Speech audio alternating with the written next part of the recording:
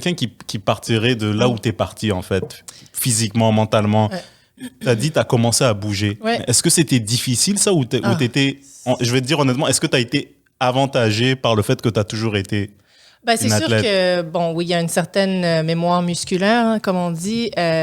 Donc, oui, il y a ça que j'ai ça depuis toute jeune. Alors, c'est sûr que oui, il y a une certaine facilité à ce niveau-là, mais non, c'était pas facile. Moi, j'ai un problème de nerf sciatique depuis que j'ai l'âge de 16 ans. En fait, j'ai fait ma carrière de basket avec ça. Et reprendre l'exercice avec 30-40 livres de plus, c'était l'horreur. J'étais en douleur avec mon nerf sciatique dans mon dos, dans ma jambe, constamment.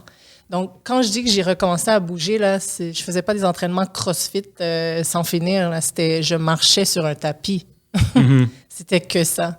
Et c'est important, en fait, je pense, de souligner les débuts. 100%. Parce que j'ai l'impression que ce qui se passe, et je peux me tromper, je suis pas un expert du tout, j'ai l'impression que ce qui se passe, c'est qu'on se projette trop à l'avenir. Je veux dire, on commence à faire de l'exercice, on se dit, bah, je devrais être rendu comme ce bonhomme que je vois sur Ça, Instagram. j'allais dire, on se projette et Ouais. on se compare. Oui, on se C'est ça, le compare. problème. Ça, Et c'est donc, le toi, problème majeur. t'as juste mis un pied devant l'autre, littéralement, et t'as commencé à bouger. Ouais. Et à Ouais. partir de là, qu'est-ce qui s'est passé À après? partir de là, ben, j'ai été, en fait, pour mes premiers mois, j'ai été accompagnée parce que, ben, pour ma première année même, ben, c'était nouveau pour moi, l'entraînement vraiment musculaire. Là. J'en avais fait parce que je jouais au basket, on était coachés à travers ça dans nos entraînements au quotidien, mais vraiment individuellement, faire un entraînement. Après mes 3 premiers mois de retour où je faisais que marcher, je faisais des petits exercices aux machines pour être un peu plus contrôlée. Là, c'est sûr qu'en ce moment, bon, on est confiné, donc on a besoin de transformer ces exercices-là à la maison dans des circonstances un peu plus à l'intérieur, mais c'est tout à fait faisable. Je le fais avec mes clients au quotidien. Mais vraiment, une chose à la fois, marcher, un peu d'entraînement musculaire, un peu l'alimentation au fur et à mesure, changer, déjeuner, faire des meilleurs choix, mais pas tout en même temps. C'est qu'on se met trop de pression à ce niveau-là aussi. Donc, en fait, les premiers mois, ça a été juste de comprendre comment reprendre tranquillement l'équilibre entre tout ça. Et à travers ça, par la suite, j'étais accompagnée parce que je m'étais donné le défi, parce que, bon, avec la mentalité d'athlète, c'est difficile de juste faire quelque chose tranquillement. J'imagine, ouais. On en veut plus. Donc, je m'étais donné le défi de faire une compétition de fitness. Et à partir de là, ben, je me suis fait accompagner parce que c'était nouveau pour moi. Donc, j'avais besoin qu'on me coach là-dedans, qu'on me dise ben, dans quel chemin aller, quoi faire pour bien le faire, pour avoir du succès. Et donc, voilà. Et ma première année, ce fut dans l'objectif de faire ça, d'en fait, d'aller gagner une compétition de fitness. Et ça, en fait, ça fait en sorte que tu as initié un programme par rapport à cet objectif-là qui était concret. Voilà. Et je pense, et encore une fois, j'ai pas la science infuse, je pense qu'on commence sans avoir d'objectif. Et c'est pour ça qu'on arrête, en général. Ben, c'est sûr que si on commence pour commencer, ben, on se sent un petit peu moins dirigé parce que, ben, y a rien, en fait. On regarde rien vers l'avant, on fait juste avancer puis observer. Mais avec un objectif, on est capable d'avoir une ligne vers laquelle s'en aller. C'est sûr qu'un objectif sans plan, c'est pas non plus l'idéal parce que c'est bien beau avoir un objectif, mais si on sait pas comment on va y arriver, ça nous sert pas plus. Donc oui, effectivement, mais un objectif, c'est pas obligé d'être compétition de fitness. Ça c'est moi personnellement, ça a été ça. Là, c'est plus ça du tout. Mes objectifs, ça n'a rien à voir. Mais ça peut aussi juste être, bon, d'ici l'année prochaine, par exemple, dans les 12 prochains mois, je veux bien me sentir dans ma peau. Je veux être en santé, je veux avoir des habitudes saines. C'est pas obligé d'être, je veux faire un objectif, je veux faire une compétition ou je veux lever 400 livres au bench press. Chacun a son objectif personnel. Moi, mes clients, la plupart, c'est la perte de poids. Mais dans la perte de poids, ce qu'on recherche, en fait, ce qui va créer la perte de poids, c'est un équilibre de vie. Parce que si on comprend pas qu'une perte de poids, c'est pas juste de la nourriture qu'il faut bien consommer puis bouger, il y a beaucoup plus que ça dans un style de vie qui affecte la santé. Donc, Mais est-ce que c'est... Je pense que ça soit une compétition de fitness ou pas, je pense que tu l'as dit, tu viens de le dire, l'objectif, il doit être spécifique néanmoins. C'est-à-dire que ça soit dans 12 mois, me sentir mieux dans ma peau ou d'être capable d'aller... je sais pas moi, à un cocktail, ou essayer une nouvelle robe, peu importe, il est spécifique. Mais parce que tout le monde ne sait que c'est bon pour la santé, s'entraîner. Mais si tu viens et tu dis à quelqu'un, entraîne-toi parce que dans bon 30 ans, tu vas mieux te sentir et tu seras. Tu sais, c'est abstrait pour les gens et c'est trop loin. Et puis, on s'imagine mal vieillir. Tu sais, on se projette moins bien dans le futur. Souvent, les conversations que j'ai, c'est j'aimerais ça accomplir les tâches de la vie normale sans être à bout de souffle. Mais c'est pas spécifique, ça. En fait, oui, ce l'est. Parce que si on met que les escaliers que tu montes à tous les jours, elles sont super pénibles à monter, ça, c'en est un objectif, en fait, qu'à l'intérieur de, que ce soit premier, deuxième mois, dépendant à quel niveau physique tu es, que tu atteignes, que tu montes les escaliers pour arriver chez toi puis que tu te sentes bien rendu à ta porte et non que tu es en train de mourir, arriver là. Oui, c'est un objectif. Chacun a son objectif spécifique. Mais à travers ça, les gens, c'est sûr qu'ils vont plus loin. Mais les conversations, c'est souvent où ils ont des enfants, j'arrive pas à suivre mes enfants, je peux pas jouer avec eux, j'aimerais vraiment pouvoir, mais... C'est juste que quand on vient juste avec des chiffres, ça, c'est pas non plus une motivation qui est très interne ou intrinsique. Je sais pas c'est quoi, je me souviens plus. Qui est très importante. Intrinsèque. Intrinsèque? Intrinsèque? Intrinsèque, il dit. On va dire importante. Importante. 6e année.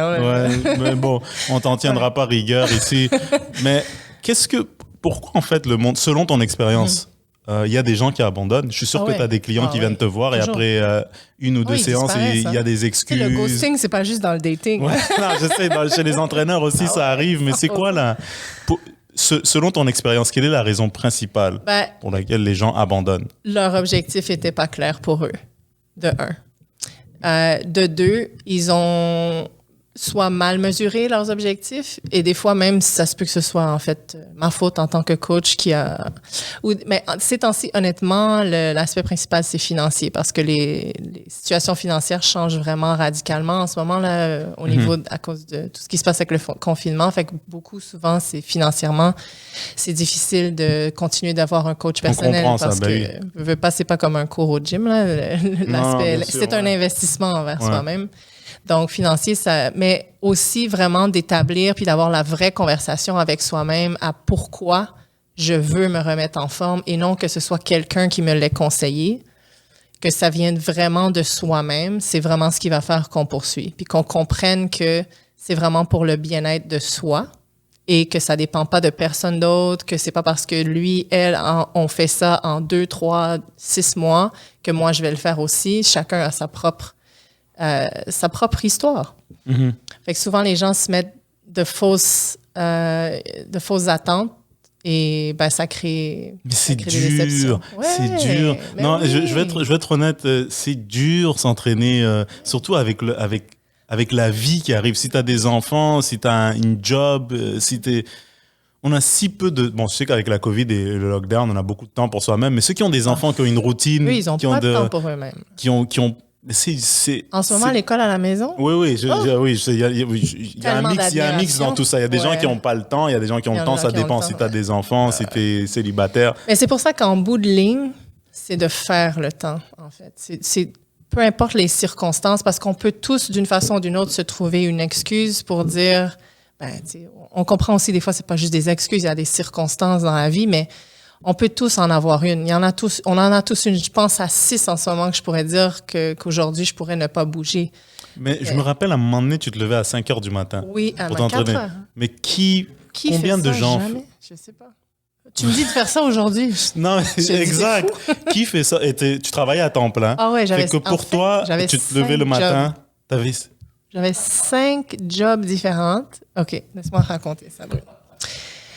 Je me réveillais à 4h15. J'allais chercher mon ami. Je suis déjà fatigué. Je suis fatigué pour toi. Je suis déjà fatigué. J'allais chercher mon ami à Montréal-Nord. Je partais de Laval. J'allais chercher mon ami à Montréal-Nord pour 4h30 pour que les deux, on soit au gym à 5h parce que ça ouvrait à 5h. Shit.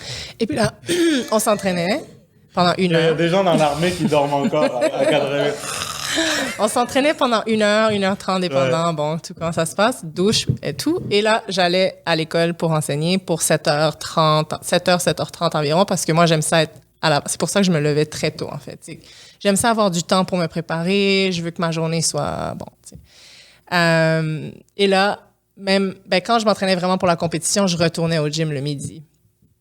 Et je retournais quand mes élèves... Mais ça, vous n'êtes pas obligés, ils sont pas obligés de faire ça. Vous n'êtes pas obligés de faire ça. Dit, parce ça, que là, il y a il y a des gens qui vont juste fermer la fenêtre et aller manger. Non, mais ça, c'est mon histoire à moi. Puis, mais c'est juste pour dire qu'à travers tout ça, j'ai trouvé le moyen. Le soir, je faisais du tutorat. Qu'est-ce que je faisais d'autre? Ah oui, je travaillais pour une compagnie. Je faisais du help desk, comme du support technique. Soutien technique. Soutien technique au téléphone. On m'appelait, je faisais ça 4 soirs semaine jusqu'à 1h du matin. Oh, ouais. Écoute, ouais, j'étais dans un gros hustle. Là. Mais à travers tout ça, tu sais, c'est une question de priorité. Puis des fois, on est comme, oh, mon sommeil. Ouais, mais tu sais, en même temps, est-ce que tu fais quelque chose de super productif entre 10h et minuit le soir? Non, tu sais, va te coucher à 10h. Ça va être plus productif, ça. Oui, mais à l'époque où tu as commencé, il n'y avait pas tous les shit à la télé qu'il y a maintenant, Netflix et tout. Il y avait Bon, je suis pas en train de trouver des excuses, mais... Je les regarde pas plus. Donc. De 10h à minuit, il y a des trucs super intéressants. Là. Il y a la télé-réalité. Ah ouais? Donc, il y a toujours des trucs à consommer. Il va toujours en avoir. Il va toujours en avoir. Ouais. Mais toi, tu t'es fait du temps et c'est impressionnant. À 4h30 du matin. Bon, mettons que tu veux pas te lever à 4h30 du matin. Mettons, qu'est-ce qui serait un début raisonnable, mettons? Ben, en fait, chacun a son propre horaire dans la journée. Puis c'est qu'en fait, on se met beaucoup de pression. On se dit, faut que je garde 1h, 1h30 pour m'entraîner. Aucunement. Mes clients, en ce moment, ils ont tous des séances de 30 minutes. C'est tout. Et tu peux faire Tu accomplis énormément en 30 minutes. Ouais. J'ai même des entraînements, pas avec mes clients en 1 à 1 parce que, bon, c'est pour ça qu'ils sont là, pour 30 minutes. Mais je suis en train de travailler sur un programme qui va sortir bientôt, qui va être disponible très peu. C'est un mois complet. Les entraînements sont 30 minutes aussi, mais il y en a de 15, il y en a de 20. On peut faire des choses vraiment efficaces qui vont faire que tu vas seulement bouger. On veut ça, déjà en partant, ça, c'est un changement dans ton quotidien. Juste de bouger pendant 15 à 20 minutes. Je dis même sortir, aller marcher. Bon, une journée comme aujourd'hui, je dis pas là.